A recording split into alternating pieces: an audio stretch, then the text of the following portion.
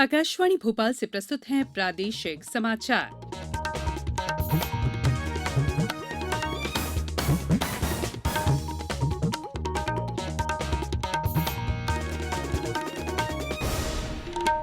नमस्कार, समाचारों के साथ मैं संयुक्ता बैनर्जी। 18 वर्ष से अधिक आयु वर्ग के लिए सरकारी केंद्रों पर निःशुल्क राष्ट्रव्यापी कोविड टीकाकरण अभियान जारी है।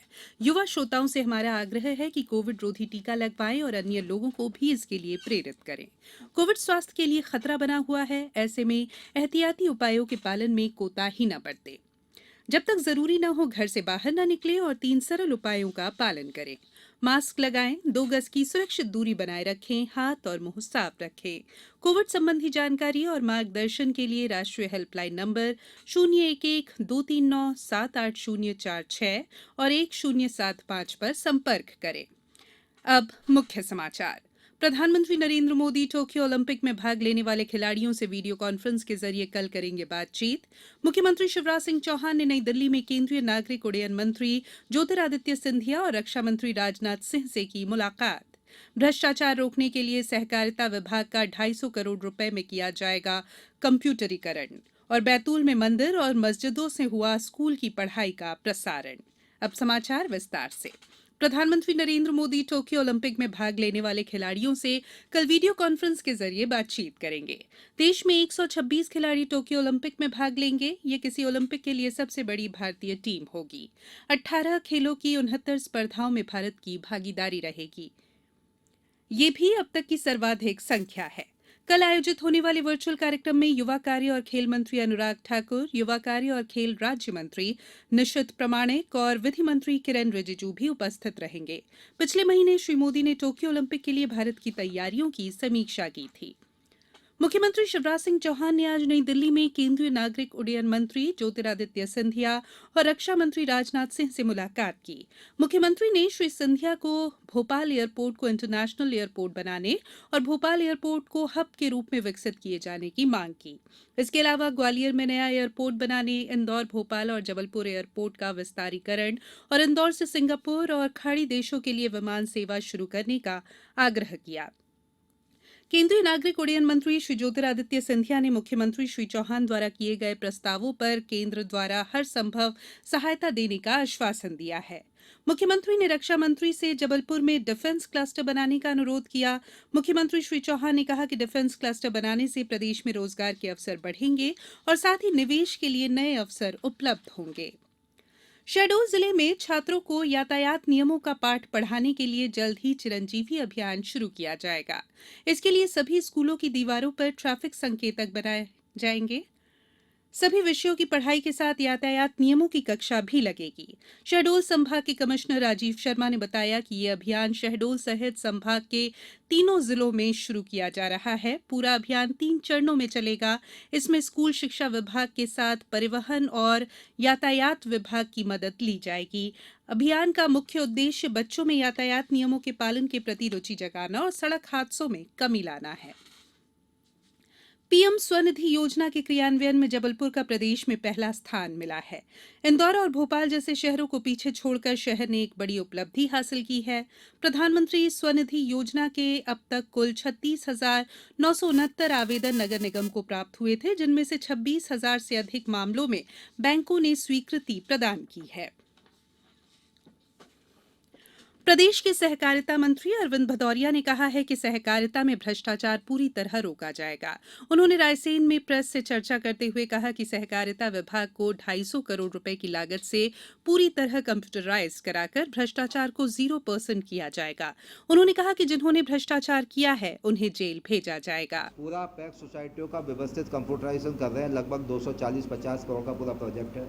माननीय सीएम साहब से हमने घोषणा भी कराई उस पर, तो उसको हम 0% एरर के साथ जिस दिन पैसा आया उसी दिन जमा करना पड़ेगा। तो इसको आप ये मान के चलिए, देश में अभी तेलंगाना किया है, इसको तेलंगाना ने किया है, उत्तराखंड शुरू हो गया है, तो तीसरा कोई स्टेट होगा तो मध्य प्रदेश होगा।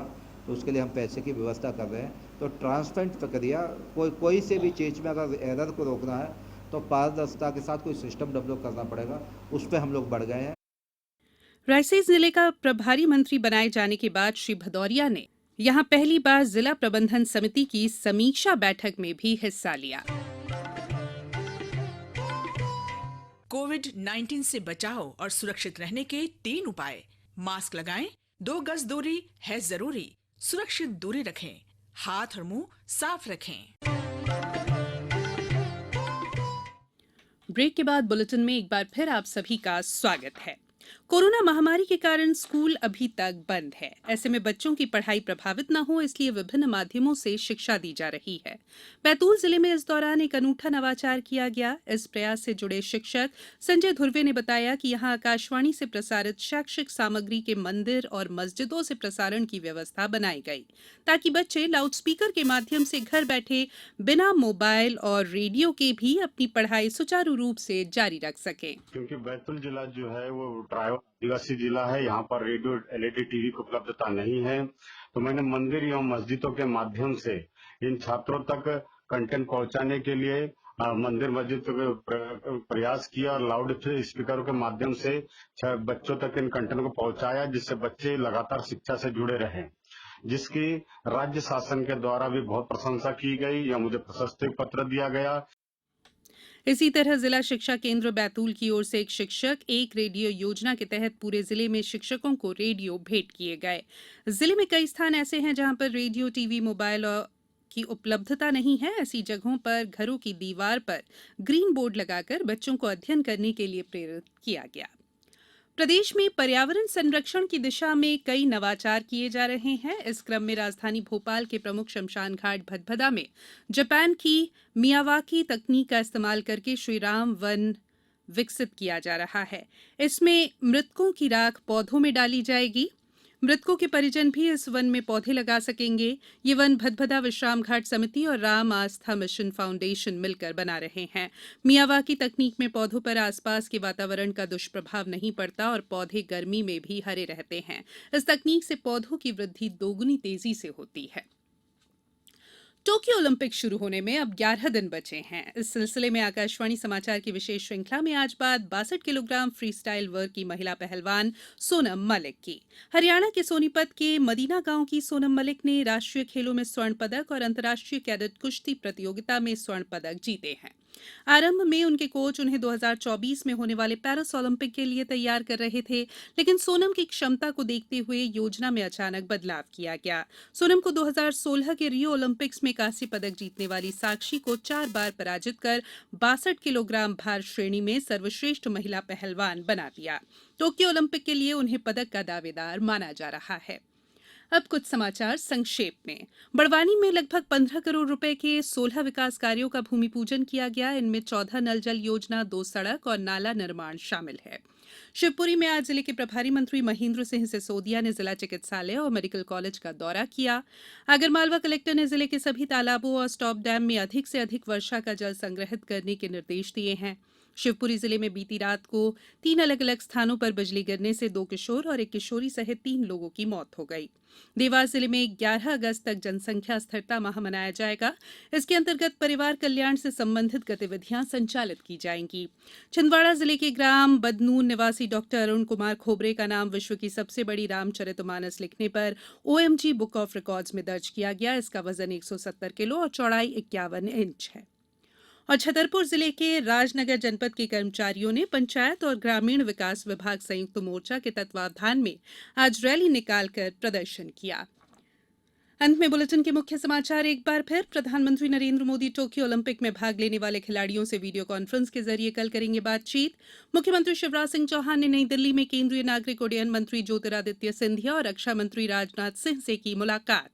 भ्रष्टाचार रोकने के लिए सहकारिता विभाग का 250 करोड़ रुपए में किया जाएगा कंप्यूटरीकरण और बैतूल में मंदिर और मस्जिदों से हुआ स्कूल की पढ़ाई का प्रसारण।